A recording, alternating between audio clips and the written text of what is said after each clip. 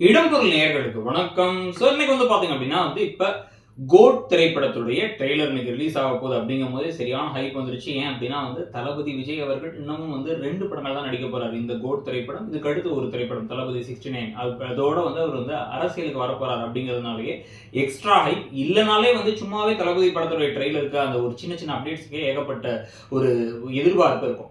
இதில் வெங்கட் பிரபு அவர்களோட முதல் தடவை கைகோர்க்கிறாரு. ஏஜிஎஸ் அவர்களுடைய ப்ரொடக்ஷன்ல யுவன் சங்கர் ராஜா அவர்களோட முழு இசை இப்பதான் ஃபர்ஸ்ட் டைமா இத்தனை படங்களுக்கு பிறகு 2 பேரும் சேர்ந்து பண்றாங்கன்னு சொல்லிட்டு பல பல விஷயங்கள்லாம் எதிர்பார்ப்பை தூண்டி இது வரைக்கும் பாத்தீங்க அப்படின்னா வெங்கட் பிரபு அவர்களுடைய ட்ரெய்லர் எல்லாமே பயங்கரமா இருக்கும். நீங்க மங்காத்தா ட்ரெய்லர்ல இருந்து ஆரம்பிச்சு மாநாடு ட்ரெய்லர் வரைக்கும் சூப்பரா இருக்கும்.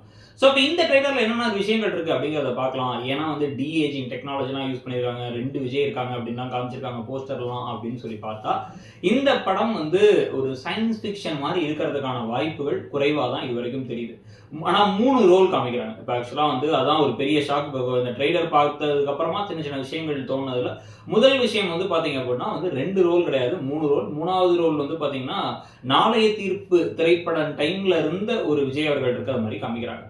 இது இல்லாம பாத்தீங்க அப்படின்னா ட்ரெய்லர் ஆரம்பிக்கும் போதே ஒரு கோட் ஒருத்தர், அதாவது கிரேட்டஸ்ட் ஆஃப் ஆல் டைம், இந்த ஸ்பெஷல் ஆன்டி டெரரிஸ்ட் ஃபோர்ஸ்ங்கிற மாதிரி ஒரு அமைப்பு இருக்கு. அந்த அமைப்புல இருக்க ஒரு ஆள் தான் இப்போ விஜய் அவர்கள். அவருடைய பேரே காந்தி. அவருடைய நண்பர்களா பிரசாந்த், அஜ்மல், அதுக்கப்புறமா பிரபுதேவா சார், இவங்க எல்லாருமே இருக்காங்க. இவங்க எல்லாரும் சேர்ந்து என்ன பண்றாங்க அப்படின்னா இந்த மாதிரி டெரரிசத்துக்கு எகெயின்ஸ்டான விஷயங்கள்லாம் பண்ணிருக்காங்க. ஒரு கவர்மெண்ட்டுடைய ஒரு சீக்ரெட் அமைப்பு, ரா அமைப்புடைய சைடு அமைப்பு அப்படிங்கிற மாதிரிலாம் சொல்றாங்க. அவர் ஒரு ஸ்பையும் கூட, அவர் அதே மாதிரி நெகோசியேட்டரும் கூட நிறைய பிரச்சனைகள்லாம் தீர்த்து வச்சிருக்காரு அப்படிங்கிற மாதிரிலாம் காமிக்கிறாங்க. டாம் க்ரூஸ் மாதிரி கைத்திலிருந்து தொங்கி கண்ணாடியிலலாம் ஓட்ட போட்டு உள்ளார நுழையிற மாதிரி விஷயங்கள்லாம் சூப்பரா இருக்கு. இதுக்கு பிறகுதான் பாத்தீங்கன்னா அவர்களுடைய ஃபேமிலி லைஃப்ல அவர் நிறைய ஒரு மாதிரி வித்தியாசமா நடந்துக்கிறாரு அப்படின்னு அவருடைய மனைவியான ஸ்னேகா அவர்கள் லைலா அவங்கள்ட்ட புலம்புறாங்க. அப்ப என்ன நடக்குது, அதுல என்ன விஷயங்கள் நமக்கு தெரியுது அப்படின்னா இவருடைய ஃப்ரெண்ட்லியான ஒரு கேரக்டர். யூஸ்வலா வெங்கட் பிரபு அவர்கள் படத்தெல்லாம் கேரக்டர்ஸ் பாத்தீங்கன்னா ஒரு மாதிரி ஜாலியா ஃபன்னா இருப்பாங்க. மாஸ் திரைப்படம் தவிர மிச்சம் எல்லா படத்தையுமே அப்படிதான் இருப்பாங்க. அந்த மாதிரி தான் இந்த படத்துலயும் பாத்தீங்க அப்படின்னா நல்ல ஃப்ரெண்ட்ஸோட சேர்ந்து குடிச்சிட்டு அதுக்கப்புறமா இந்த பக்கம் ஒரு பெண்கள்லாம் சிரிச்சு பேசுற மாதிரி ஒரு ஆளா கேஷுவலா காமிக்கிறாங்க. அந்த ரோல்லாம் பயங்கரமா பிச்சு உதறுவார் விஜய் அவர்கள். அது இதுலயுமே பார்த்தா நமக்கு தெரியுது. ஸோ இதுக்கு பிறகுதான் பாத்தீங்க அப்படின்னா இன்னொரு விஷயத்த சொல்றாங்க. என்னன்னா அவரே என்ன சொல்றாருன்னா இனிமே சத்தியமா குடிக்கவே கூடாது அப்படிங்கிறார். 2011 வந்த மங்காத்தா திரைப்படத்துல தல அஜித் அவர்கள் சொல்ற அதே வார்த்தையை, அதே வசனத்தை இங்க வச்சிருக்கிறது இந்த மாதிரி குட்டி குட்டி நாஸ்டாலஜிக் பிட்ஸ் எல்லாம் நிறையவே இந்த படத்துல இந்த ஒரு ட்ரெய்லர்லயே பார்க்க முடியுது. படத்துலயும் இதை விட நிறையவே இருக்கும் அப்படிங்கறத பார்க்கவும் முடியுது. ஸோ அப்போ இதுக்கப்புறம் என்ன ஆயிடுது அப்படின்னு பார்த்தீங்கன்னா மோகன் காமிக்கிறாங்க. அவர் தான் அந்த கதையில எப்படி ஃபிட் ஆவாருங்கிறது தெரியல. அவர் தான் வில்லன்ங்கிற மாதிரி காமிக்கிறாங்க. ஒரு பேங்காக்ல வச்சு ஒரு ஆப்ரேஷன் இருக்கு, அதாவது ஒரு ஆன்டி டெரரிசம் ஆப்ரேஷன். அந்த சமயத்தில் ஃபேமிலியோட வேற வந்திருக்காரு. அப்போ ஒரு பிரச்சனை நடக்குது. பிரச்சனையில ஏதோ ஒரு சம்பவம் நடந்து மோகன் அவர்களுடைய பையன் தான் நினைக்கிறேன், அவருடைய கையெல்லாம் தீஞ்சிருக்கு. ஸோ இப்போ அந்த சமயத்தில் இவர் என்ன சொல்றாருன்னா அந்த வழியை நானும் கொடுக்கணும்னு நினைக்கிறேன் அப்படின்னு ஒரு இடத்துக்கு வர்றாரு. அதுக்கப்புறம் அவர் பழி வாங்குறதுக்கான முயற்சிகள்லாம் ஈடுபடுறாரு.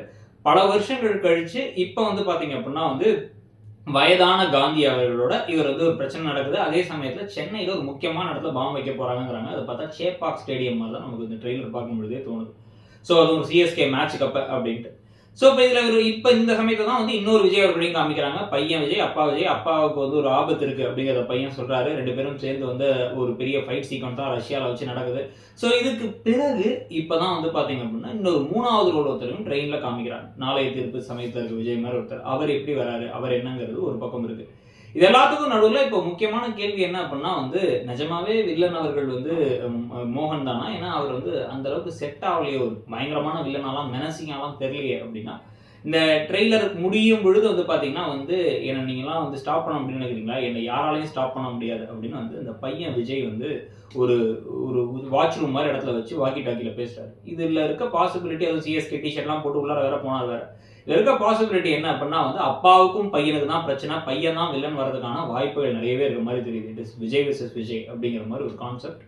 பிளஸ் பார்த்தீங்க அப்படின்னா இதுல இப்போ இந்த சமயத்தில் பார்த்தா வயசாயிடுச்சு, இந்த ஆப்ரேஷன் என்னால் பண்ண முடியாதுன்னு நினைக்கிறீங்களா அப்படின்னு ஒய்ஜி மகேந்திரன் அவர்கள்ட்ட கேட்கும் பொழுது அவர் லைன் இஸ் அ லைன், வயசானா என்ன அப்படின்னு சொல்லும் பொழுது யுவன் சங்கர் ராஜாவோட பேரை காமிக்கிறாங்க.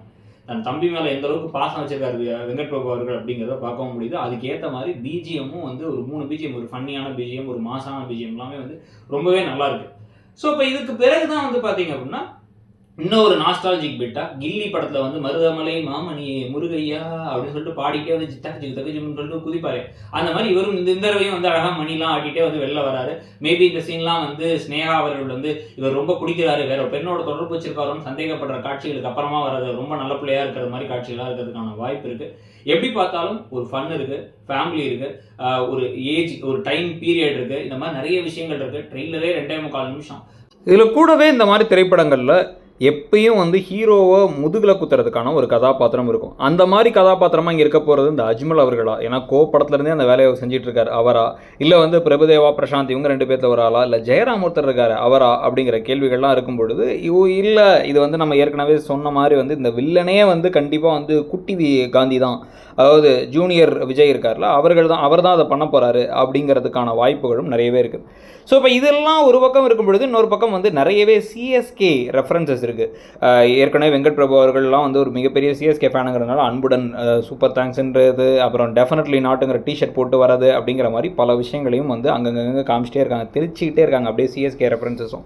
ஸோ இதெல்லாம் வந்து ஒரு எக்ஸ்ட்ரா ஹைப் கொடுக்கும். இதில் ஏற்கனவே வந்து என்ன சொன்னாங்க அப்படின்னா வந்து தோனி அவர்களும் விஜய் அவர்களும் சேர்ந்து வந்து ஏதோ ஃபோட்டோ எடுத்த மாதிரி ஒரு ஃபோட்டோலாம் போட்டு இவங்க வந்து ஒருவேளை அவர் வந்து ஒரு கேமியோ ரோல் பண்ணுறாரா, திடீர்னு நீங்கள் படம் பார்க்கும்போது பார்த்தா இல்லை மகேந்திர சிங் தோனி வந்தால் எப்படி இருக்கும்னு நினைக்கிறீங்க அப்படிங்கிற மாதிரி கேள்விகள்லாம் ஒரு எழுப்புனாங்க.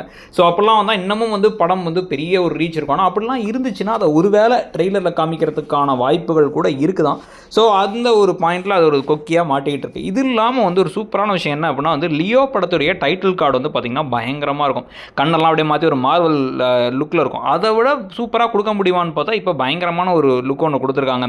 இந்த ட்ரெய்லரோட கடைசியில் வந்து தளபதி விஜயோட பேர் போட்டு கோட்டுன்னு போடும்போது வந்து பார்த்திங்கன்னா மல்டிபிள் சின்ன வயசுலேருந்து அவர் பண்ண நிறைய ரோலெல்லாம் அப்படியே அடுத்தடுத்து அப்படியே வந்து டிரான்சிஷன் ஆகி ஒரு கட்டத்தில் ஒரு துப்பாக்கியை வேறு சுற்றி அப்படி துப்பாக்கி வச்சு சுடுற மாதிரி வந்து ஒரு இதை வச்சுருக்காங்க. பார்க்குறதுக்கே வந்து பயங்கரமாக இருக்குது அந்த துப்பாக்கியும் அந்த கெட்டப்பு அது எல்லாமே வந்து பார்த்தா. ஸோ இந்த மாதிரி நிறைய குட்டி குட்டி எலமெண்ட்ஸ் எல்லாமே வந்து ரசிக்கிறபடியான எலமெண்ட்ஸ் எல்லாமே வந்து கூட சேர்த்துருக்காங்க அப்படிங்கிறத கண்டிப்பாக ஒத்துக்கணும்.